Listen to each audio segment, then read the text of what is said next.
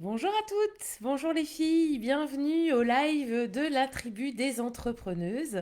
Aujourd'hui, je vous partage un live que j'aurais aimé avoir quand j'ai lancé mon activité de coaching, c'est-à-dire les trois clés pour développer enfin votre activité de coach en 2025. Et je vais vous dire un truc, c'est pas votre expertise qui bloque, c'est pas tout ce qu'on vous a appris, euh, c'est tout ce qu'on ne vous a pas appris après votre formation métier. Et comme tous les mardis, eh bien, on est ensemble ici pour parler de ce qui marche vraiment pour développer votre activité. Je suis Aurore Diruy, coach en entrepreneuriat féminin, et avant de me consacrer pleinement à l'accompagnement des femmes dans leur développement d'activité, j'ai dirigé pendant 17 ans une entreprise dans un tout autre domaine, hein. Et quand j'ai choisi de me reconvertir vers un métier plus aligné avec mes valeurs, le coaching, j'ai rapidement compris une chose, ce n'est pas parce qu'on est compétente dans son domaine qu'on sait automatiquement comment en vivre. J'avais déjà des solides bases en marketing, mais j'ai dû apprendre à adapter ces méthodes à un métier profondément humain, à professionnaliser ma présence, hein, sur les réseaux sociaux et surtout à le faire sans me trahir et puis sans jouer un rôle. Et ce chemin, je l'ai parcouru pas à pas. J'ai testé, j'ai ajusté, j'ai affiné jusqu'à construire une méthode simple, réaliste et profondément respectueuse de qui on est en tant que femme entrepreneuse. Et aujourd'hui, c'est ce système que je vous transmets pour vous permettre de poser des fondations, les fondations d'une activité solide, alignée et puis rentable aussi, hein. On fait quand même ça pour la rentabilité, mais sans pression, sans vous perdre et surtout sans être seul. Et si vous sentez que c'est le bon moment, hein, pour vous, que vous avez envie d'en parler tout simplement, écrivez, intéressez là dans les commentaires ou envoyez-moi un message privé. Puis on prendra un petit moment ensemble, voilà, tranquillement, pour que je vous présente aussi comment je peux vous accompagner.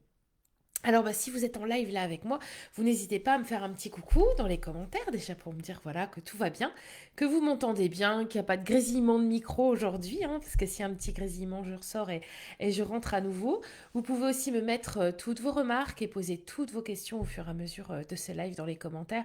Je prendrai un temps pour y répondre et puis faites-moi aussi un coucou si vous êtes en replay. Je sais que voilà, vous êtes nombreuses à me regarder en replay. N'hésitez pas aussi à me déposer vos questions. Moi, j'y réponds toujours avec un grand plaisir. Alors, je vais d'abord aller voir si vous êtes nombreuses aujourd'hui. Je regarde ça. Bonjour Marie-Pascale, bonjour Sandrine. Tout est OK pour moi, son et image, super. Merci Marie-Pascale. C'est très gentil d'avoir partagé ça. Merci, merci. Je regarde, parce que vous savez, au bout d'un moment, ça n'affiche pas tous les commentaires. Je suis obligée de basculer sur le téléphone. Je me dépêche. Hop, on y est. Et voilà, voilà, voilà. Bonjour Aurore. Bonjour Sophie également. Merci d'être là les filles. Hop.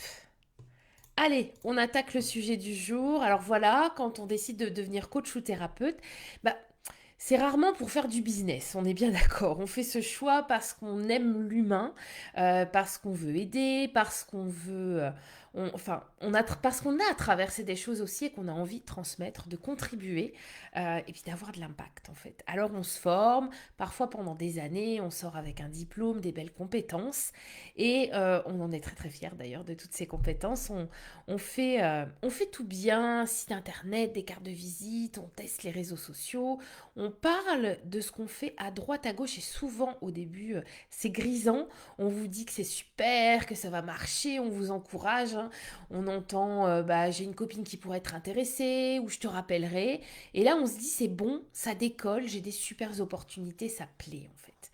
Sauf que 6 mois plus tard, voire un an plus tard, hein, il n'y a toujours rien, il n'y a pas de clients, ou alors quelques-uns comme ça par-ci par-là, et pas forcément les bons en plus. Et là, tout le côté grisant, il a disparu, hein, on va pas se le cacher, pour laisser qu'un gros nuage tout gris justement de doute. Peut-être que c'est pas pour moi. J'ai pourtant tout bien fait en fait, hein. J'ai fait des stories, j'ai posté sur Insta, j'ai été dans tous les apéros pro du secteur, voilà. Pourquoi ça prend pas en fait? Et évidemment, vous regardez les autres réussir, vous comparez, et puis vous vous dites que vous avez raté un truc. Il y a quelque chose qui vous manque en fait, hein. Vous savez pas quoi. Est-ce que ça vous parle ça? Est-ce que vous vous reconnaissez dans ce que je viens de dire? Dites-le moi là dans les commentaires, même juste un petit oui hein, pour me dire que voilà que vous êtes là et que ça résonne pour vous ce que je vous partage. Alors concrètement, si vous changez rien, hein, voilà ce qui va se passer. D'abord, vous restez invisible, vous passez du temps à poster, à créer du contenu, mais il n'y a personne qui réagit, donc personne vous contacte, et ça c'est vraiment décourageant. Ensuite, vous avez du mal à vendre, mais si vous avez, même si vous avez réfléchi hein, à votre offre, hein, vous savez pas vraiment à qui la proposer ni comment en parler. Du coup, vous n'osez pas et vous finissez par vous dire que vendre, c'est pas pour vous. Voilà, on oublie cette vente et petit à petit, vous commencez à douter de vous, vous remettez en question, vous essayez un peu tout et n'importe quoi, et puis votre activité, elle stagne. Mais l'inverse est vrai aussi quand on fait les bons ajustements, même petits en fait, hein, les choses peuvent évoluer bien plus vite qu'on ne le croit. Je vais vous donner quelques exemples concrets de ce qui se passe quand on commence à remettre de la clarté et qu'on s'y prend autrement en fait. D'abord, vous attirez enfin les bonnes personnes, celles qui comprennent ce que vous proposez, qui voient la valeur de votre accompagnement et qui sont prêtes à investir aussi, bien sûr, hein. Ensuite, vous vous sentez légitime pour vendre parce que vous savez à qui vous vous adressez, vous avez les bons mots et ça change tout. Vous n'avez plus cette impression-là, vous savez, l'impression désagréable de devoir convaincre, en fait. Donc, vous partagez simplement. Et puis, vous construisez quelque chose de solide. Un vrai socle, en fait. Hein, une vraie base, là, pour votre activité. Pas juste un coup de chance ou un client par-ci, par-là, mais un vrai système que vous pouvez faire évoluer avec vous, bien entendu. Un vrai système qui, je vous le garantis, évoluera de toute façon. Alors, je vais regarder quand même vos commentaires. Hop, je regarde si ça s'affiche là. Non. Alors, je reviens ici. Bonjour Chantal. Bonjour Aurore. On est 3 Aurores là sur ce live, c'est fou, hein. C'est chouette, c'est chouette. Maintenant qu'on a vu ce qui bloque et voilà, et ce que ça peut changer quand vous faites les bons choix, je vais vous partager les 3 clés essentielles à mettre en place si vous voulez vraiment développer votre activité cette année et surtout le faire de façon alignée, simple et durable. Alors la première clé, c'est avoir une vraie cible, une cible claire et c'est pas une option en fait.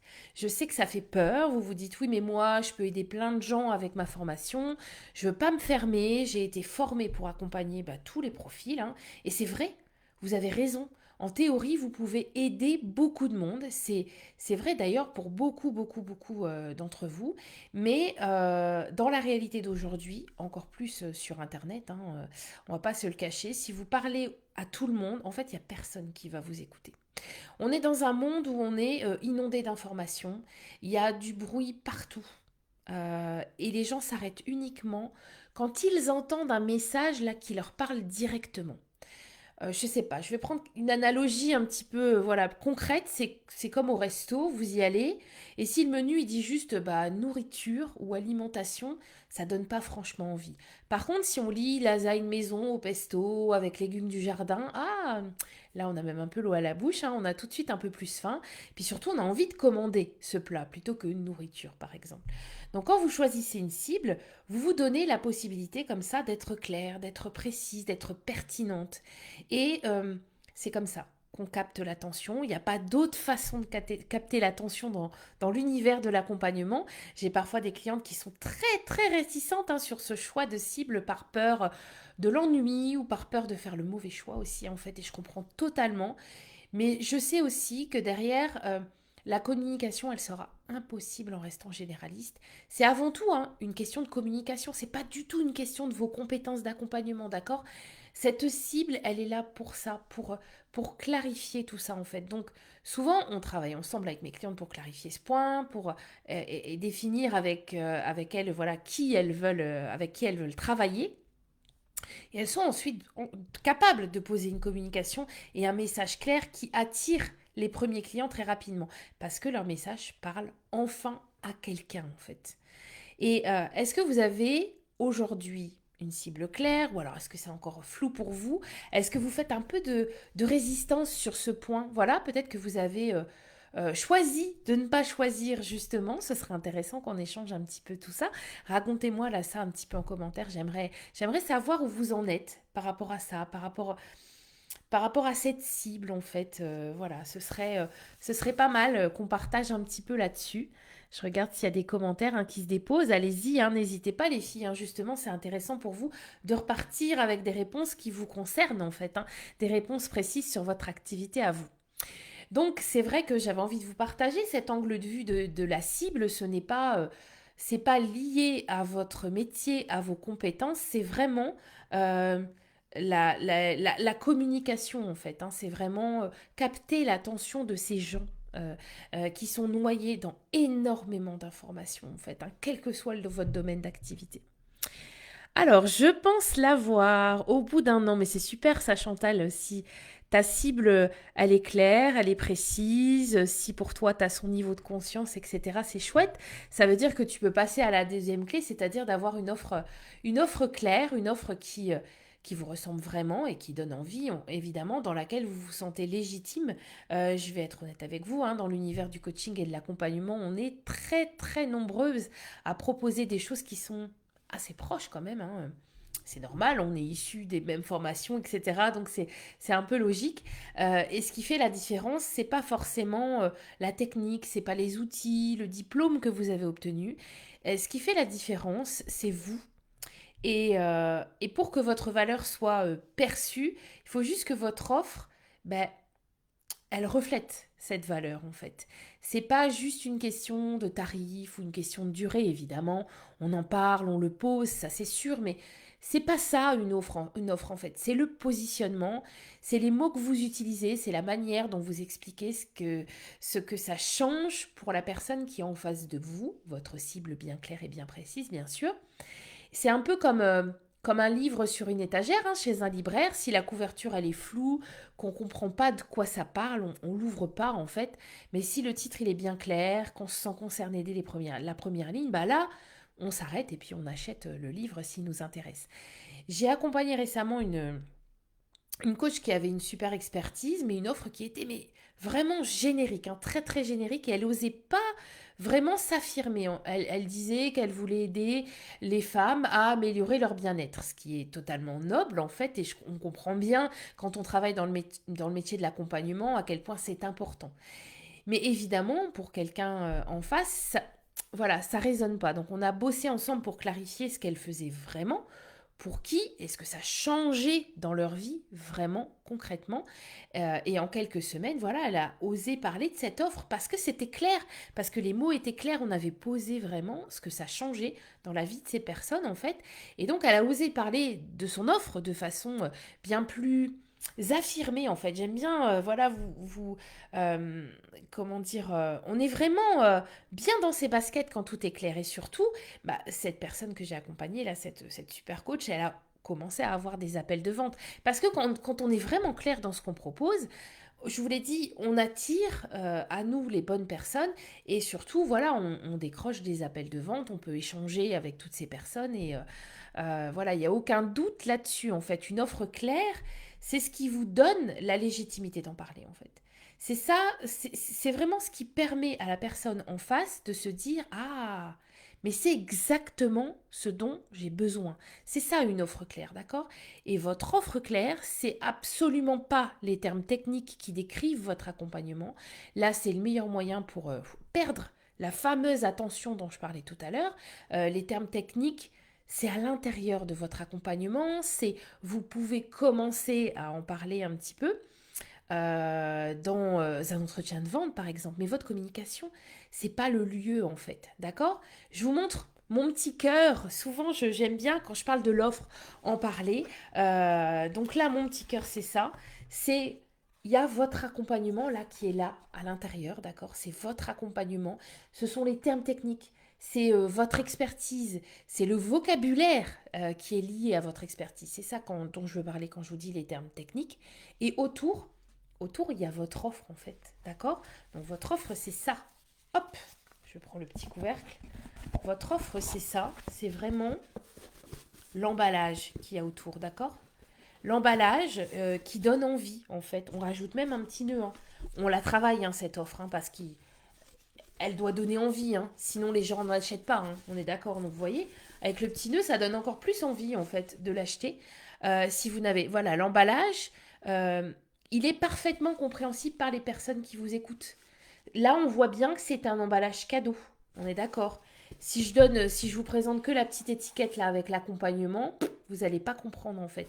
C'est vraiment cet emballage qui donne envie aux gens de s'arrêter et qui leur donne envie de venir acheter votre offre en fait.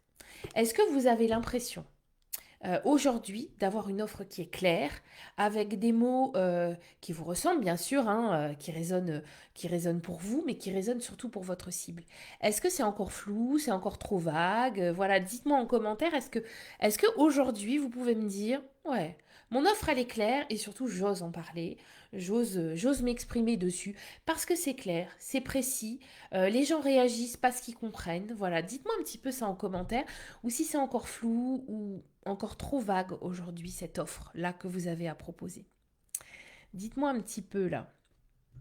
Alors, euh, j'avais une cible et en ce moment je la perfectionne. Ah, très bien. En fait, cette cible, hein, Marie-Pascale, je vais être honnête avec toi, on la perfectionne tout le temps en fait. On affine tout le temps, tout le temps, tout le temps. Ça ne s'arrête jamais. Moi, en 6 ans, ça ne s'est jamais arrêté.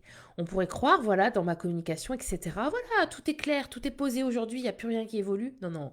Ça continue d'évoluer. Cette cible, elle évoluera tout le temps, en fait, parce que tu vas tout le temps être en échange, en fait. Donc ça, c'est top. Bravo pour ce perfectionnement, c'est très, très bien, en fait. Alors, je pense que oui, je pense que je peux mieux faire. Aurore, franchement, euh, on peut tout le temps mieux faire, on s'améliore tout le temps en fait, mais à un moment donné, c'est important de venir le poser et de se dire ok, mon offre elle est ok aujourd'hui, maintenant je vais en parler, je vais m'exprimer sur tout ça et je vais surtout poser une communication autour de cette offre pour que ce soit clair pour les gens qui m'écoutent et à ce moment-là, on va pouvoir aller voilà, affiner encore et encore tout le temps quoi. Fin de peaufinage de mon accompagnement pour ma part. Super, bravo Chantal en fait. Donc là aujourd'hui, tu es totalement prête pour aller, pour en parler, pour le partager, pour aller à la vente aussi surtout. Hein. Parce que quand ça bloque au niveau de la vente, par exemple, on faut surtout pas hésiter à retourner sur la cible, à retourner sur l'offre. En fait, on peut même changer un petit truc en fait. Hein, mais en tout cas, bravo Chantal. Bravo pour cette fin de peaufinage, pour ce niveau que tu as atteint. Et voilà, tu es prête à partager là en fait. Donc c'est bien. Donc Aurore, pour revenir, je pense que voilà, si tu as déjà tout travaillé, ok, c'est là. Bah là, c'est voilà, c'est l'occasion d'y aller et puis peut-être de partager sur cette offre. N'hésitez pas d'ailleurs là dans les commentaires à partager votre offre, hein, à partager qui vous accompagnez. N'hésitez surtout pas parce que c'est au contraire l'occasion d'en parler, l'occasion de voir si ça peut résonner pour certaines, si ça paraît clair, parce moi je peux vous donner votre avis, puis les autres peuvent venir aussi échanger avec vous. Quoi. Donc il faut vraiment pas hésiter. Plus vous en parlez, plus vous allez affiner, plus ce sera impactant en fait. Donc surtout, parlez-en. Et là, la tribu des entrepreneurs, c'est le lieu en fait. Quand je vous tends des perches comme ça, allez-y, faites-le en fait. Alors la troisième clé, elle est simple, mais pas toujours facile à appliquer. C'est arrêter de vouloir être partout en fait. C'est choisissez un seul canal et apprenez à maîtriser ses codes en fait. Ce que je vois tout le temps, c'est ça. Vous ouvrez un compte Instagram, vous créez une page pro Facebook, vous testez LinkedIn, vous pensez à faire un podcast, vous faites votre site internet, et puis au final, vous êtes partout, sauf là où il faut en fait. Et surtout, vous vous épuisez parce que franchement, c'est très très épuisant. Hein.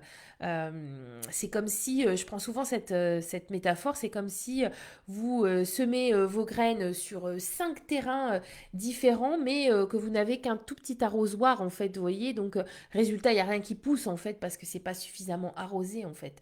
Donc moi, ce que je vous recommande, c'est ce qu'on fait dans mon accompagnement Objectif Vente, hein, c'est de commencer simplement avec un canal que vous comprenez, que vous aimez utiliser et apprendre surtout à communiquer dessus efficacement. Parce que c'est pas juste communiquer en fait, d'accord. C'est pas juste je dépose comme ça des choses. Il y a quand même des règles à apprendre avec chaque réseau social, avec chaque outil. il y a un fonctionnement en fait à apprendre, d'accord? Et on peut pas être efficace si on n'apprend pas en fait. On peut pas être efficace à 100% sur un réseau si on n'a pas appris les clés en fait. Et Facebook, franchement, c'est encore aujourd'hui un super levier. Alors, mon fils de 15 ans, qui évidemment regarde Facebook comme un réseau pour les vieux, en fait, hein, m'a encore dit la semaine dernière, et j'en étais quand même super contente, c'est incroyable le nombre d'utilisateurs qui a sur Facebook qui dépasse de loin tous les autres réseaux sociaux. Il était surpris de ça m'a fait plaisir que ce soit mon fils de 15 ans qui voit ça comme un réseau de darons, en fait, hein, on va dire. Donc, c'est encore aujourd'hui le réseau social le plus utilisé dans le monde entier, et surtout en France, en fait, il est encore très très utilisé. Donc avec, par exemple, sur Facebook, un groupe bien structuré, un profil optimisé, pardon, et une vraie régularité dans vos publications, vous pouvez attirer vos premiers clients sans faire aucune pub, d'accord, sans dépenser. Mais pour ça, il faut comprendre, comme je vous l'ai dit, comment la plateforme, elle fonctionne. Il n'y a pas besoin, je ne sais pas, de danser sur des réels ou d'être présente un 24 heures sur 24, je vous rassure, hein. Mais il faut créer du lien, il faut donner envie, il faut engager la discussion. Et ça s'apprend tout simplement en fait. J'ai vu des clientes passer de je poste de temps en temps et personne me voit, voilà.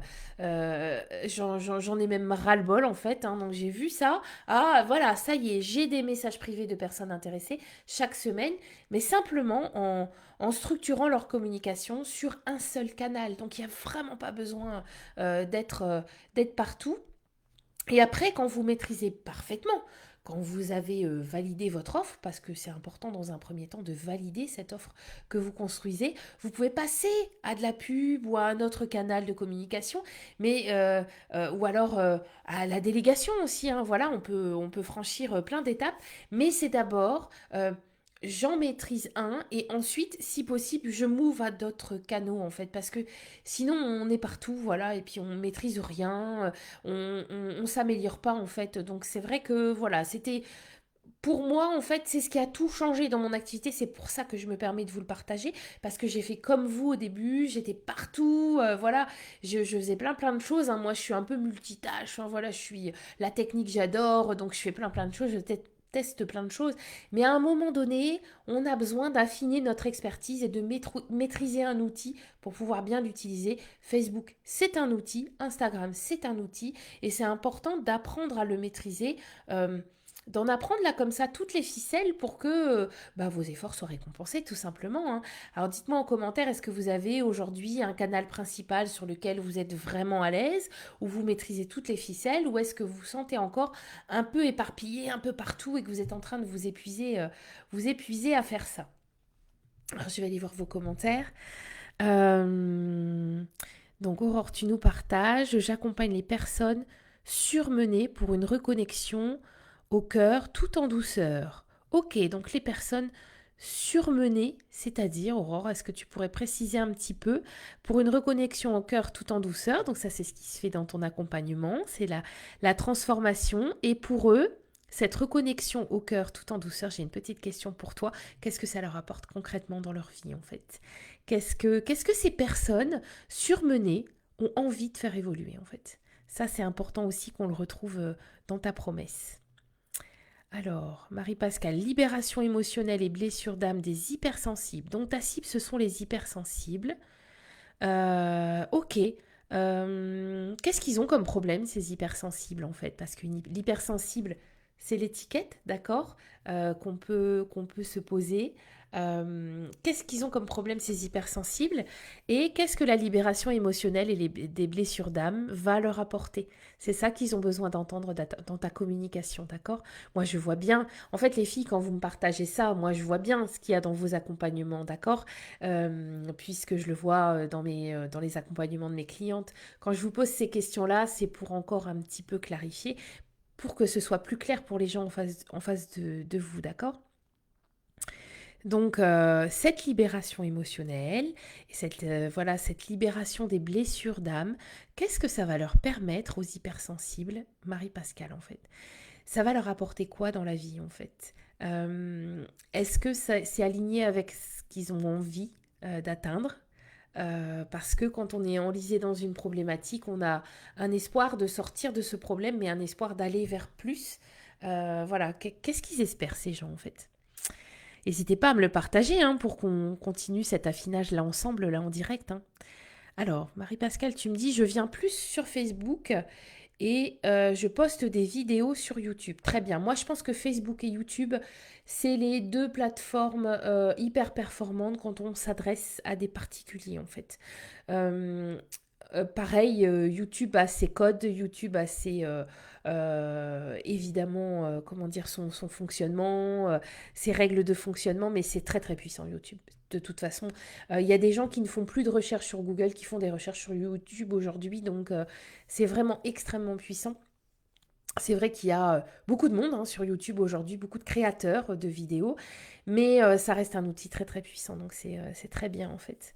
C'est bien de déjà avoir limité Marie-Pascale sur deux réseaux sociaux en fait. Super, merci d'avoir partagé vos cibles en fait et voilà, qui ont peut-être un tout petit peu besoin encore d'affinage, mais c'est bien déjà, hein, c'est très bien. Alors si on résume ce qu'on a vu aujourd'hui, voilà les trois clés que je vous invite vraiment à mettre en place si vous voulez faire avancer votre activité cette année en fait, c'est avoir une cible claire, hyper claire, vraiment claire. J'insiste quand même hein, parce que euh, même une étiquette, ça peut être général. Vous voyez ce que je vous ai partagé là à l'instant. Parce que parler à tout le monde, voilà, c'est parler à personne, hein, surtout sur les réseaux sociaux. Construire une offre qui vous ressemble, avec des mots qui résonnent pour votre clientèle idéale. Hein. Elle a besoin que ça résonne pour elle. Sinon, elle ne s'arrêtera pas, elle vous regardera pas. Je vous l'ai dit, mettre des choses comme améliorer son bien-être, ce n'est pas suffisant. C'est pas suffisamment clair pour les personnes. C'est pas suffisamment impactant, en tout cas, pour qu'elle s'arrête et qu'elle vous écoute. Choisir un seul canal de communication dans un premier temps, d'accord? Je ne vous dis pas d'en choisir un sur toute la vie de votre entreprise, hein, c'est juste pour aller là à la rencontre de vos premières ventes ou de vos futures ventes. Puis apprendre à utiliser vraiment ce canal sans vous éparpiller. Voilà, et les trois éléments-là, ils sont simples, mais quand ils sont posés correctement, ils changent tout. Et je vous le dis franchement, plus vous attendez, plus vous perdez de temps, de l'énergie puis de la confiance. C'est pas une question de volonté ou une question de motivation, c'est juste que sans clarté, on avance dans le brouillard en fait. Hein. Et dans le brouillard, bah, on a tendance un peu à tourner en rond. Alors si vous sentez que c'est le bon moment pour remettre de l'ordre, pour poser des bases solides, bah, c'est maintenant qu'il faut agir. Pas dans 6 mois, pas quand vous aurez fini cette nouvelle formation en fait. Hein. La clarté, elle peut se poser dès maintenant ou pas quand ce sera plus calme parce que le moment idéal, on est bien d'accord, il vient rarement. Alors voilà. Donc, est-ce que tout ça, ça vous semble clair? Est-ce qu'il y a une idée en particulier qui a fait tilt pour vous aujourd'hui? Dites-moi en commentaire ce que vous retenez de ce live, hein, même si c'est juste une petite prise de conscience, hein, une phrase, une image qui vous a parlé. Et si vous avez des questions, hein, c'est le moment de les poser, que vous soyez voilà, en direct ou en replay d'ailleurs. Hein, je vous le rappelle, en replay, vous pouvez me poser des questions, je suis là pour y répondre. Ça m'aide aussi à voir ce qui vous bloque encore et ce que je peux approfondir dans les prochains lives. Hein. Donc n'hésitez surtout pas, moi je vous lis toujours avec attention. Alors, je vais aller regarder quand même les commentaires et puis peut-être répondre à vos dernières questions. Donc, Marie-Pascale, tu me partages. Les personnes hypersensibles ont besoin de vivre plus sereinement leurs émotions, vivre mieux leur empathie et être alignées avec leur mission de vie. Ok, super. Est-ce que c'est... alors, plus parler des bienfaits de mon accompagnement? Oui, ça, c'est hyper important. Je le dis souvent dans mes lives, parler des bénéfices, mais des bénéfices concrets. C'est-à-dire que quand la personne aura travaillé sur elle, elle va être capable de dire, ok, ça y est, j'ai travaillé sur mes émotions, euh, j'ai travaillé sur cette empathie qui me caractérise, je me suis alignée avec ma mission de vie, c'est top, ok? Elles vont être capables de dire ces mots-là. Mais est-ce qu'aujourd'hui, dans l'état où elles sont aujourd'hui, Marie-Pascale, ces personnes hypersensibles, est-ce que c'est ça qu'elles disent? Alors, plus de sérénité, peut-être que oui, elles se disent ça, mais est-ce qu'elles se disent qu'elles ont besoin de vivre plus sereinement avec leurs émotions? Peut-être, ok? C'est toi l'experte au niveau de cette cible, mais c'est important de bien le placer et de bien venir le valider en fait. Donc oui, je te confirme, parler des bienfaits de ton accompagnement, mais des bienfaits qui sont alignés avec ce qu'elle souhaite aujourd'hui, en fait. D'accord? Pas des bienfaits que toi, tu as forcément en tête. C'est-à-dire qu'il faut mettre en avant ce que cette cible aujourd'hui souhaite. D'accord? On vient vraiment souvent, vous savez, dans les formations marketing, on va venir vous dire, vendez ce que les personnes veulent, ne vendez pas ce dont elles ont besoin.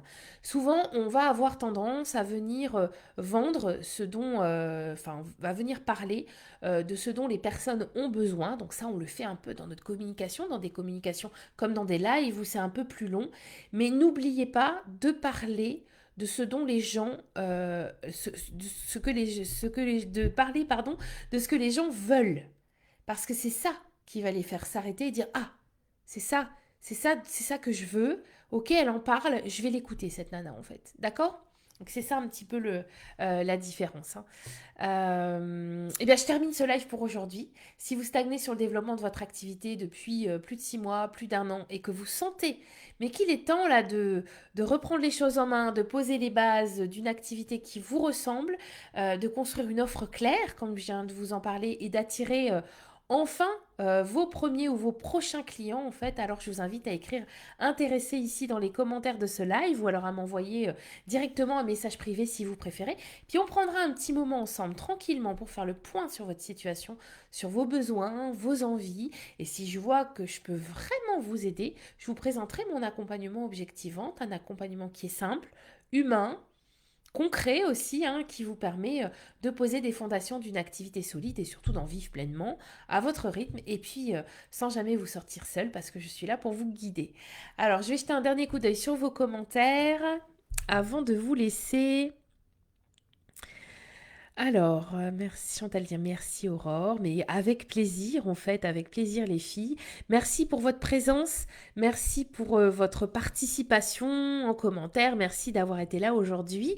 Je vous propose de vous retrouver la semaine prochaine, mardi à 10 h pour notre live habituel dans la tribu. Alors, je regarde, je jette un dernier petit coup d'œil, merci beaucoup Aurore, mais avec plaisir Sandrine, merci d'avoir été là. Tu me diras ce qui a résonné le plus pour toi, d'accord, dans ce live. Sur ce, j'ai plus qu'à vous souhaiter une très belle journée, une très belle semaine, avec peut-être un petit pont pour vous entre deux. Donc profitez-en bien et à la semaine prochaine. Au revoir les filles.